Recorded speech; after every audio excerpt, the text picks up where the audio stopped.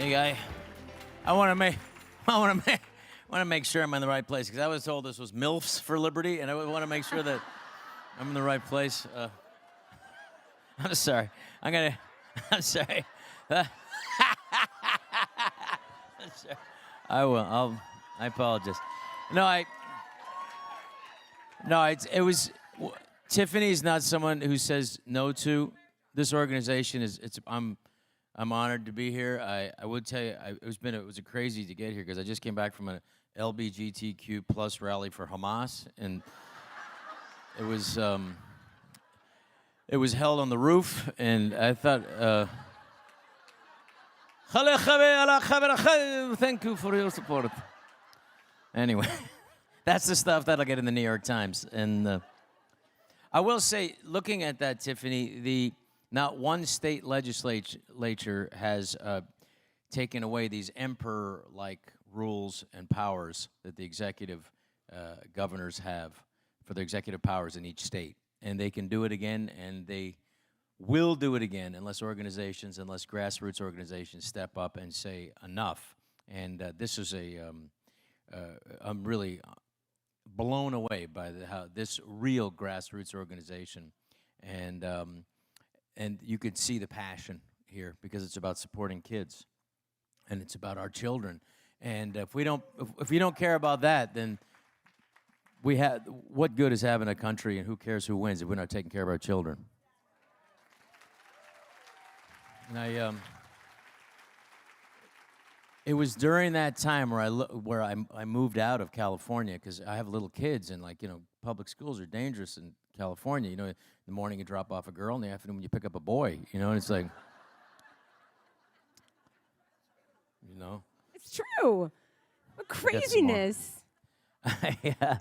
I remember I first started getting in trouble after Hillary Clinton lost because I had a comment that I thought would get some laughs, and I didn't realize it would get me excommunicated from show business. And it was after Hillary Clinton lost. I said, I haven't seen the Democrats this pissed off since we freed the slaves. And then boom, boom, boom. And another one was, I remember my agent saying, listen, you got to stop saying people are getting angry. You got to stop putting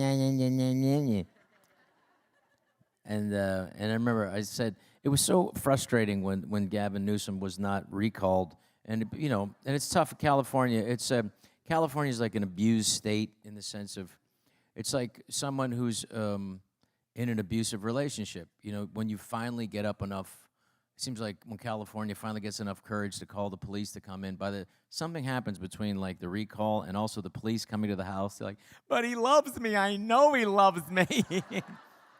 I deserved it at something. I don't know, but I love him. Don't you touch my Gavin Newsom. And so I tweeted out, I said, I think it was, Californians would vote for a bowl of shit if it had a D next to it. And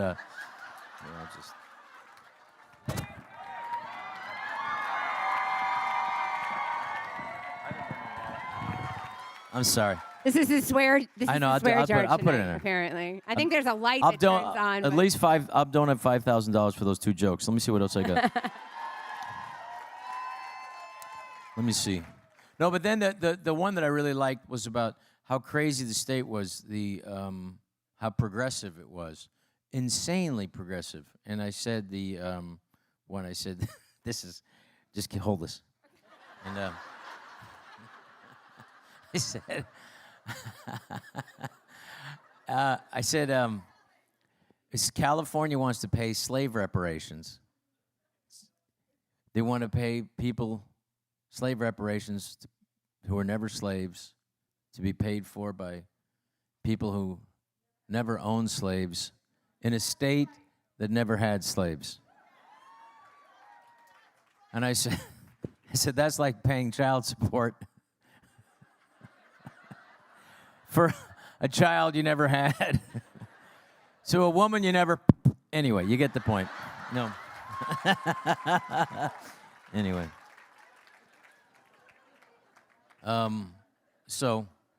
I'm so excited that you joined us tonight. Thank you for coming. Did you Google us when I first called you? I'm just Well, curious. I knew who you were because I really respected how you held yourself together during this. You know when you're attacked by crazy people? I do. Yes, we do. Collectively. And they try to convince you you're crazy. It's really what I noticed was that because I did this new book of mine, and we looked into brainwashing and cultish behavior. And what they do is they surround you with people to say crazy things to make you think that the same thing you're saying is crazy. And to watch you and how gracefully you and your partner were on your co-founder on TV, and I'm watching, and I'm going in like, and you said like, can we at least agree that we don't want pornography in schools? I mean, then it was like, how do you answer back to that and try to not seem like a complete cretin and go, well, you need pornography, you're banning books. What? I was like, let's just set the bar really low. Maybe no like incest, rape, and strap-on dildos. Maybe we just set that right, for elementary school. So I was really, taken with your bravery. And this is a time to have bravery. This is a time for courage, like Seth said. And I was really, really admired it. And I was also wondering, I said, well, how? They're going to go after you. I said, well, they're going to come after you because you are standing for really decent American values, and we can't have that in America. Well, they did come after us, and we just got a FOIA back. Heritage actually helps us and has done some FOIAs, and we just saw that we get a lot of nasty emails and some death threats, and Tina gives it all to the FBI field office, and we just found out that, in fact, they're aware of it, and they've just declined to investigate any of it. Yeah, we have a real encroachment in freedom, and that's why it's important to step up against the blue monster. I don't call it Democrats because they're not traditional Democrats. These are, what they have done is they did a coup against Bernie Sanders and the Democratic voters in 2016. They did it again by having, in 2020, by having all the candidates drop out so that the Democrats wouldn't get a choice, Democratic voters. And then Macron learned from that and recently just had, when he was about to lose the power in France, he had all the other politicians drop out so they can consolidate power. So they learned from that. And then, of course, a duly elected, and senile president to a coup against him. And that is not something to be taken lightly. They will continue to encroach on our liberties. They have another lawsuit against Donald Trump yesterday, and that's 7 against Donald Trump. Against Bobby Kennedy, 9. I want to talk to you about Bobby Kennedy. Let's chat. So when Bobby Kennedy asked me, first of all, medical freedom was a big,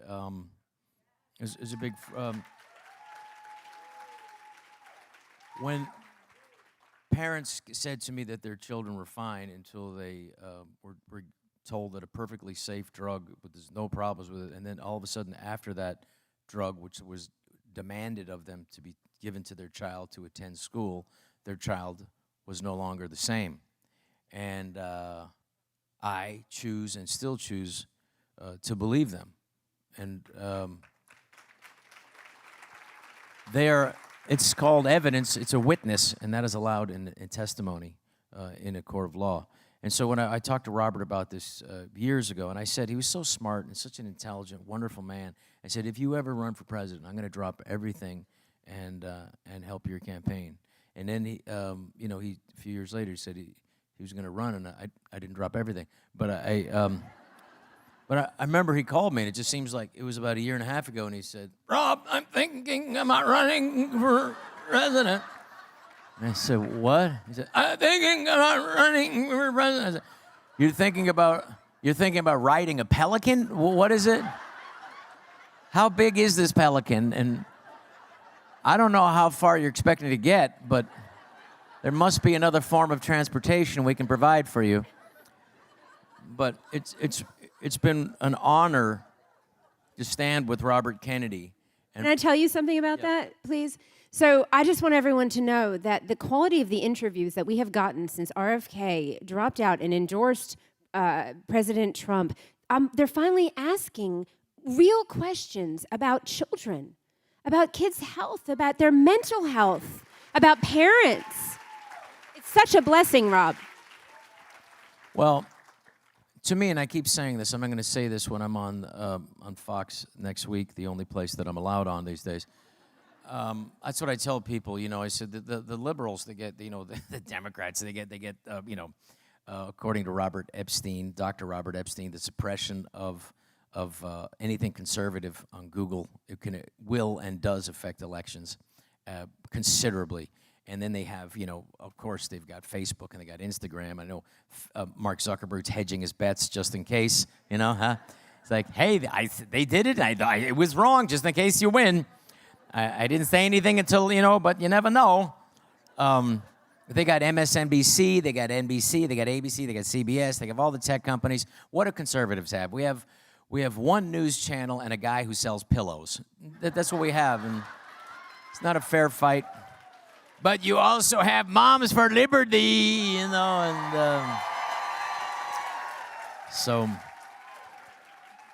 And I said this, and I've said this, and I've said this, and I've said this, and it's like, this is a 2012 statistic, and it is the most stunning statistic I've ever read, and it hurts my heart, and it makes me enraged.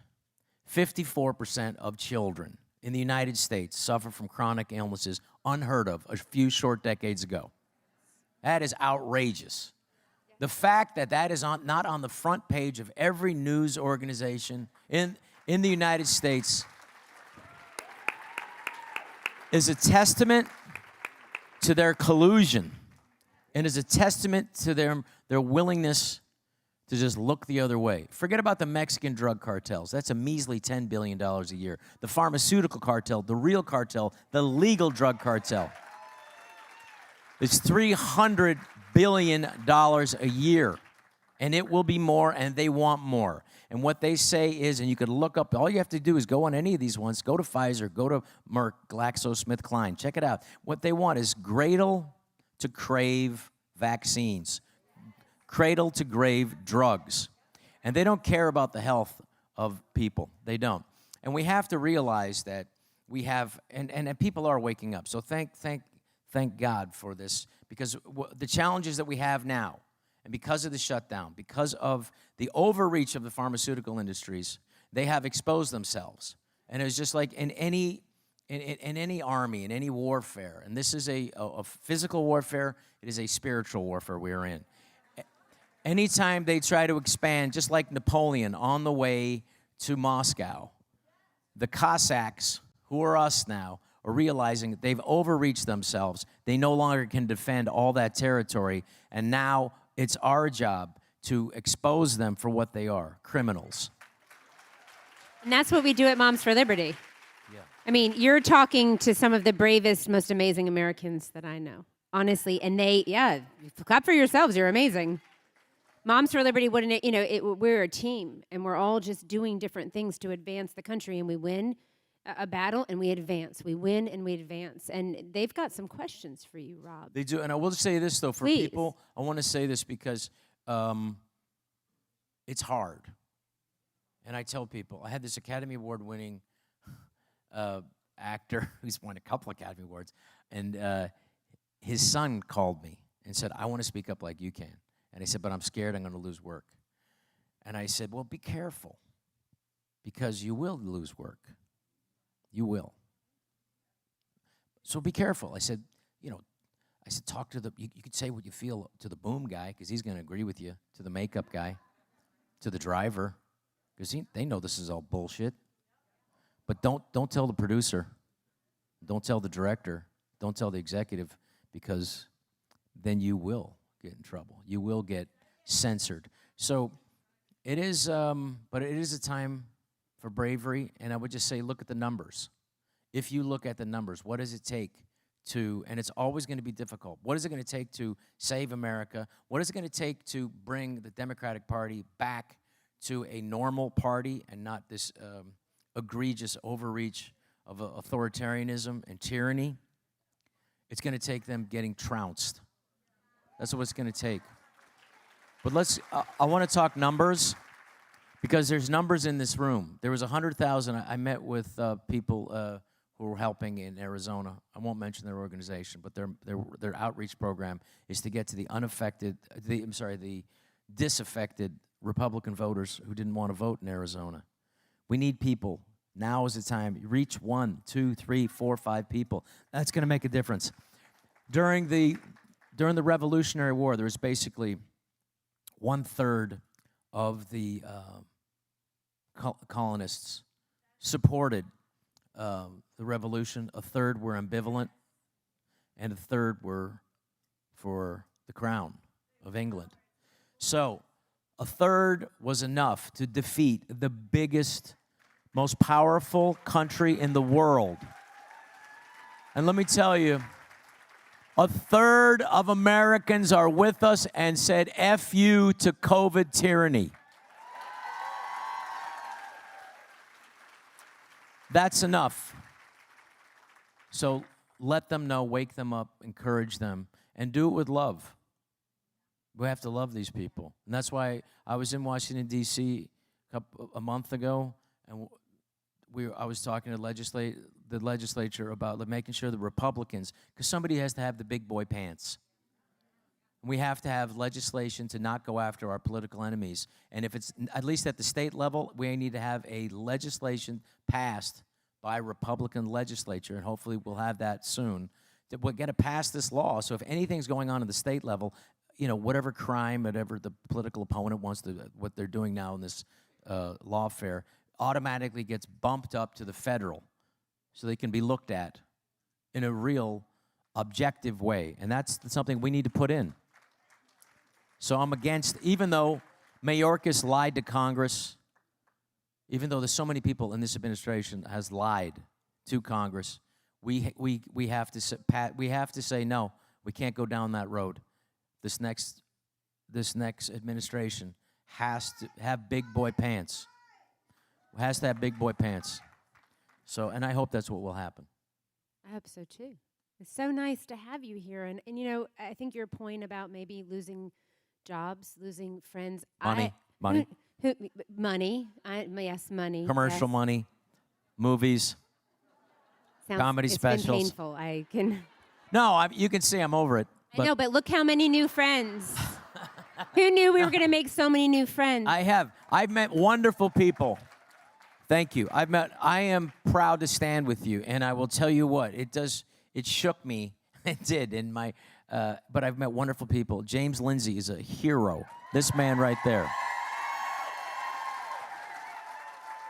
This man educates so many people, and he does it in such a wonderful way by presenting logic, by presenting facts in a rational way where people can only get angry because they can't argue with facts and logic and rationale. So I'm proud of it. And I will say that, it's given me courage and it's given me wisdom so I can answer back to some of this stuff. Sometimes I'll reach out, and James, there's a whole chapter of you explaining what is happening to this country. I said, could you explain it to, dumb people like me in an hour? And he did. And so it was good. But I recently got kicked out of Canada. I knew the show wasn't going very well because I didn't get the chance to finish it. And there was a security person there. He says, okay, we have to go. And I said, to the hotel? He said, no, the border. I said, all right. And because they told me in the beginning, they said, well, use your good judgment. And I said, done. And so I did some jokes. I said, I'm old school. I come from the era of penisless women. And I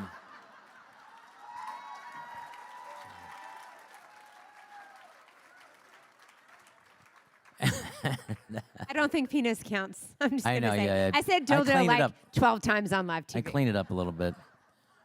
Poor Tina. She must have been sitting at home going, oh my God, I can't believe what's happening right now. My favorite. Stop saying dildo, Tiffany.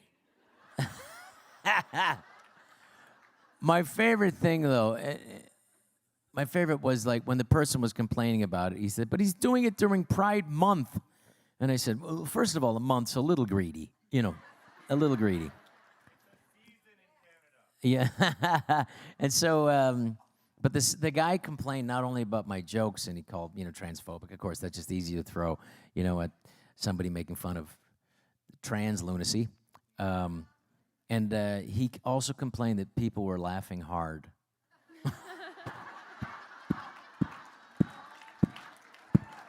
So that's my revenge. And I said, look, I love everybody, and I do love everybody, and I don't understand the issue, but I'm trying to. But like, I don't have boys, I have girls. I have 3 girls. But if I had a boy, and if he was just as lousy at sports as I was, and I saw him, there was no sports trophies in my house when I grew up. 0, none. And I saw him losing, coming in last place against the boys, and I wanted him to feel, get that first place feeling of get a ribbon, I go up to him and say, listen, it's going to seem a little weird, but this next semester, first day of school, I want you to go right to the track coach and tell him you're a girl. No. That's the best part. You get to keep your penis. You can keep it. Doesn't matter. You just say it. That's all you got to do. No, and you can still sleep with girls. You just have to tell them you're a lesbian. That's it. But then, But then after... I can't believe it's real. But then after you win a couple of trophies, you get bored of that. Fuck it, we'll change schools. Anyway, so that's when they turned off the mic and I had to leave the country. Do you want to take some questions? Yeah, let's take some questions. Okay, so here's what we're going to do. So we've got this bowl here. You do? We do, and it's full of questions. So all day long, we've had amazing leaders from all over the United States of America going through training and kind of pouring into them, giving them tools and resources. We also asked them to give us some questions. So what I'd like for you to do is reach your hand in there, pick a question, and then don't read the question. Read the person's name, because we're going to get the person to stand up, and they're going to ask you the question. Susie Scott, Hartford. Where are you? Come up here, Susie. Where are you? Come on down, Susie. Come on down, Susie. They should be bringing you a mic. Come on, somebody give her a mic. There we go, Angela. Thank you. That's why you need like that game show music. Yeah. So I saw your interview with Tucker Carlson, and thank you. I thought it was awesome. And my question is, did you learn how to pray the rosary? I have it right here. Yes. I did this with my wife, and she's a wonderful, the best thing that ever happened to me. And the one thing we learned together is that if our relationship with God is good, the world can't touch you. It can't. And we prayed the rosary, and I felt really at peace, and I felt protected, and I felt loved, and I felt I wasn't alone in this journey. And that's really good, because you will get attacked, and there's a potential for that, and even with your own family. But I will tell you that it is a wonderful time, anytime, to know that, as Father Chad Ripperger said to me, Jesus already won. This is just a mop-up mission. So, so it's okay. But we are in a spirit. There is a rise in evil, and this is part of it, and this is a reaction to it. And what I would say is what the great Dr. M. Scott Peck told me many, many years ago when he became a Christian. He said this to me. He said, if the devil exists, he's saying, don't make waves. Just keep it down. Don't get involved. Why would you want to risk that? So everyone in this room is making waves. So keep that up. All right. Michelle Brown. Where's Michelle from? Does it say on there where she's from? It says she's from the County Bay, Chapter Bay, Florida. Nice. Hello.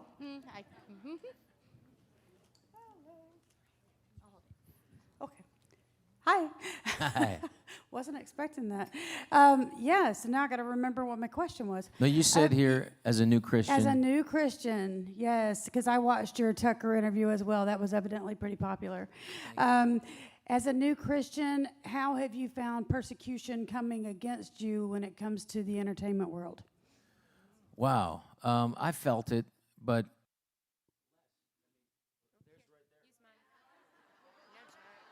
thank you. I have felt it, but I can't say that I can't say it's not unexpected. I mean, when you either stand for something or you stand for nothing, and I will say that it is turning. It is turning, and I think for people in Hollywood and the people I was angry with who had in power that agreed with me silently, I think that they do feel a change because it's pretty obvious at this point what the Democratic Party